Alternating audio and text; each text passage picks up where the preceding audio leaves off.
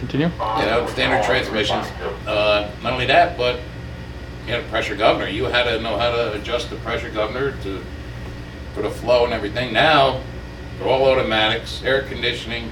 You just hit a button and computerized, and it just about pumps itself. How about you, Doug? What difference have you seen in the equipment during your membership? When I first joined, we would have rubber turnout coats with these fluorescent orange rubber gloves called fireball gloves, which they found that if you were in a hot area, the plastic would actually melt to your hand. We had hip boots. We've gone on. We had New Hamburg Fire District, as I recall, when I first joined, had 4 SCBA, self-contained breathing apparatus. Now just one engine alone has 7. You know, Scott Paxson, we've got much better with that. The turnout gear were fully encapsulated with hoods and so forth. Years ago, you wanted your ears to be exposed so you could feel the heat and know when it was time to back out if it got too hot. You know, those days, mostly due to the contents of houses nowadays, fires just go up. Houses just go up so much faster now. We don't really have that luxury of doing that anymore. So, I mean, the list goes on. Infrared cameras, drones. You know, it's. I don't think I could ever have guessed how much innovation and progress has come in the past 50 years in the firefighting service. You know. But all with a price, right? Of course, of course. Very expensive. Okay, Tom, what was training like when you first came in to the fire service? It was called, I believe it was Essential Firemen. Essential Firemen. Right, Yeah. EF. And they were local instructors. They were all out of Dutchess County. Yep. And, we'd have training at our firehouse, we'd have training at New Hackensack, we'd have training up here. And the instructors were right there, and they had diagrams. They taught you how a pump works. They taught you how to run a pump, and it wasn't 100 hours. You're talking a lot less hours, but you still, I think today, I don't go to the schools today, but we learned a lot back in the day because the teachers were excellent teachers.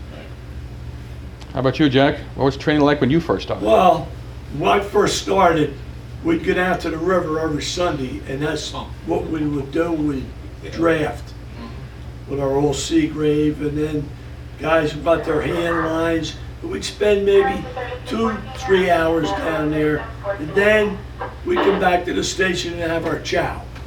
And then as years went by, we started getting different apparatus, and they thought they were getting better, but over the years, it didn't work for a while. Then, 1973, we went out.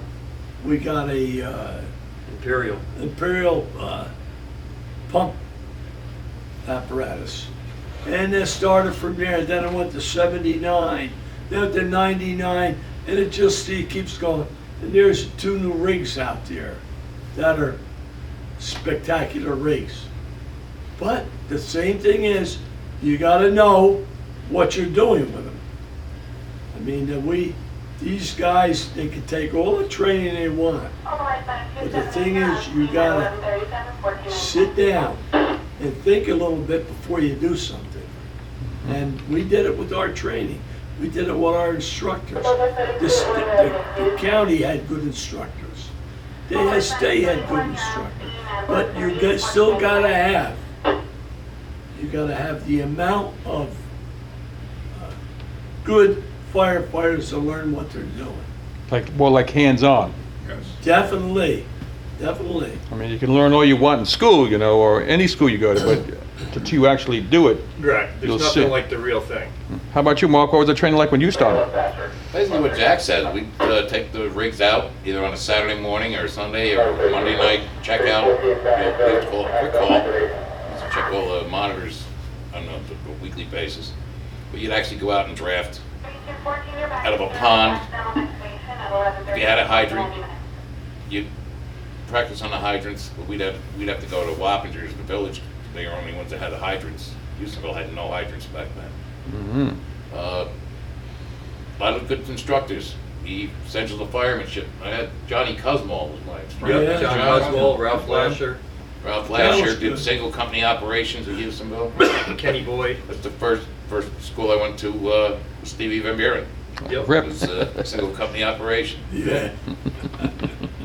How about you, Doug? What was your training like when you first started? Same thing, it was required that we take EF, which was, I want to say 36 hours of training. Yeah, something like that. Yeah, it is so much. 6 months like it is now or whatever. Yeah, it is so much more involved.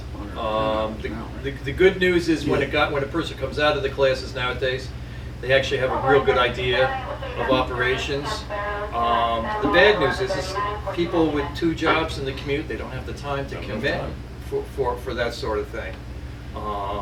You know, the training has definitely become more involved. There's a plus side to that. The negative side is that nowadays everybody and their twin, mom and dad works. Dad has 2 jobs. They just don't have the time to put in what's really required with all the innovation and equipment that we have nowadays. Okay, Tom, what positions have you held in the Chelsea Fire Department? I went all the way up to acting chief, and then I got out of that, and then I became a commissioner back in 1983, and I'm still a commissioner today. Awesome. How about you, Jack? What positions did you hold? I had them all. Had them right from the firefighter right on up to lieutenant, captain, assistant chief, chief, and I ended up being a board of fire commissioner. Sure. And, it was a good job, and it was a lot of things you have to think when you go in these jobs. It sounds all good. We're here twice a month. That doesn't work that way. You have to know what you're doing. Pumps, the apparatus. What about the buildings we have here? So we have different type commissioners to handle these problems. But at monthly meeting, everybody has their discussions, and they discuss what they would like to do, what they should have done, we should have done, or whatever. But it's been good here. Okay, good. Mark, how about you? What positions have you held? Administrative side, membership secretary, financial secretary. Paramedic side, the 2nd lieutenant, 1 year 1st lieutenant. And elected fire commissioner. Been on the board for almost 15 years now. Past chairman, I'm currently deputy chairman. How about you, Doug?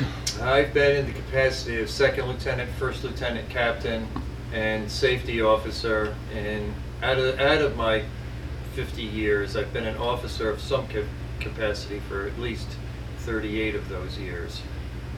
All right, great. That's great.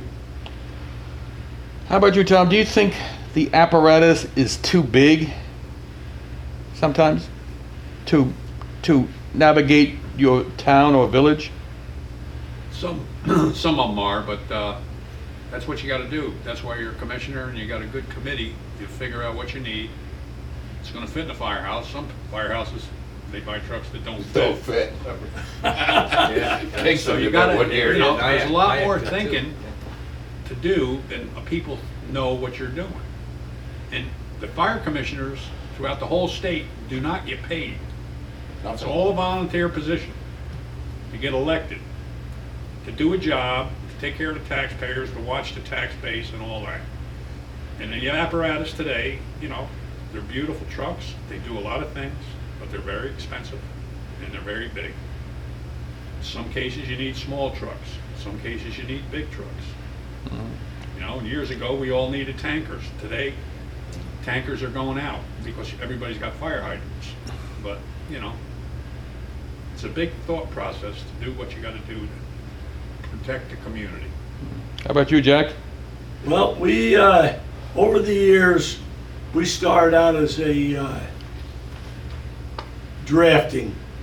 In 1971, 72, we went to the hydrant end of it, and it was great.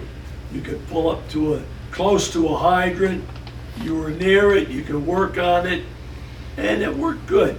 And the apparatus, we've had apparatus over the years that we don't have them now because they're gone. They're old, like me.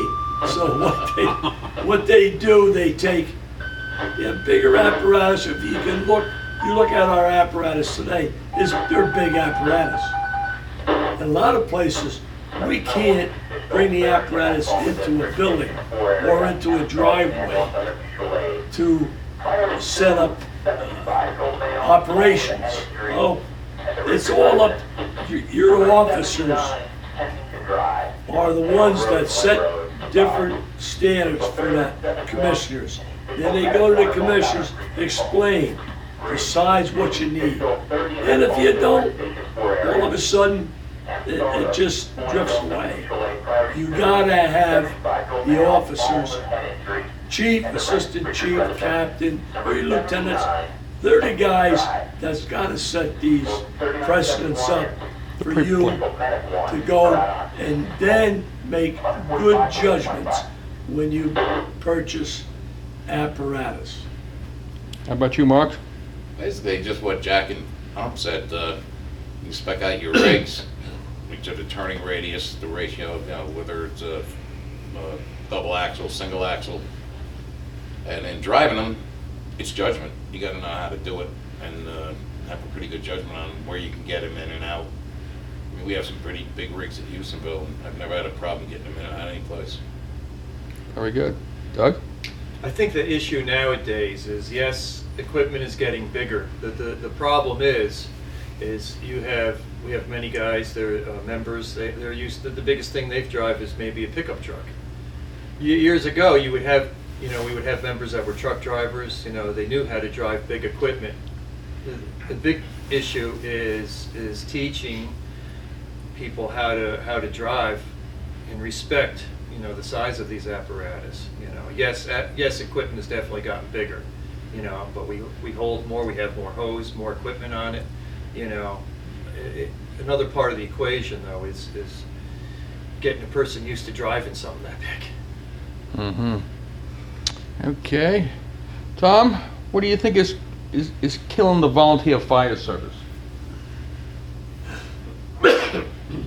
What's killing it? Mhm. Well, it's hard getting volunteers anymore.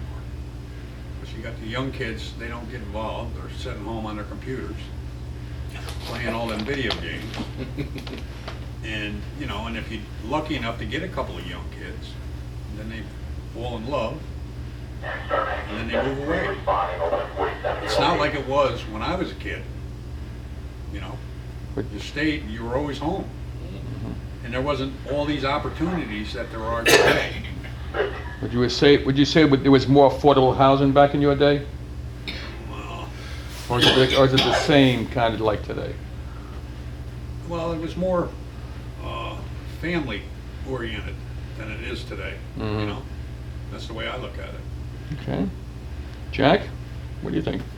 Well, it's really hard to take something out of context like this, and we've had great firefighters, believe me.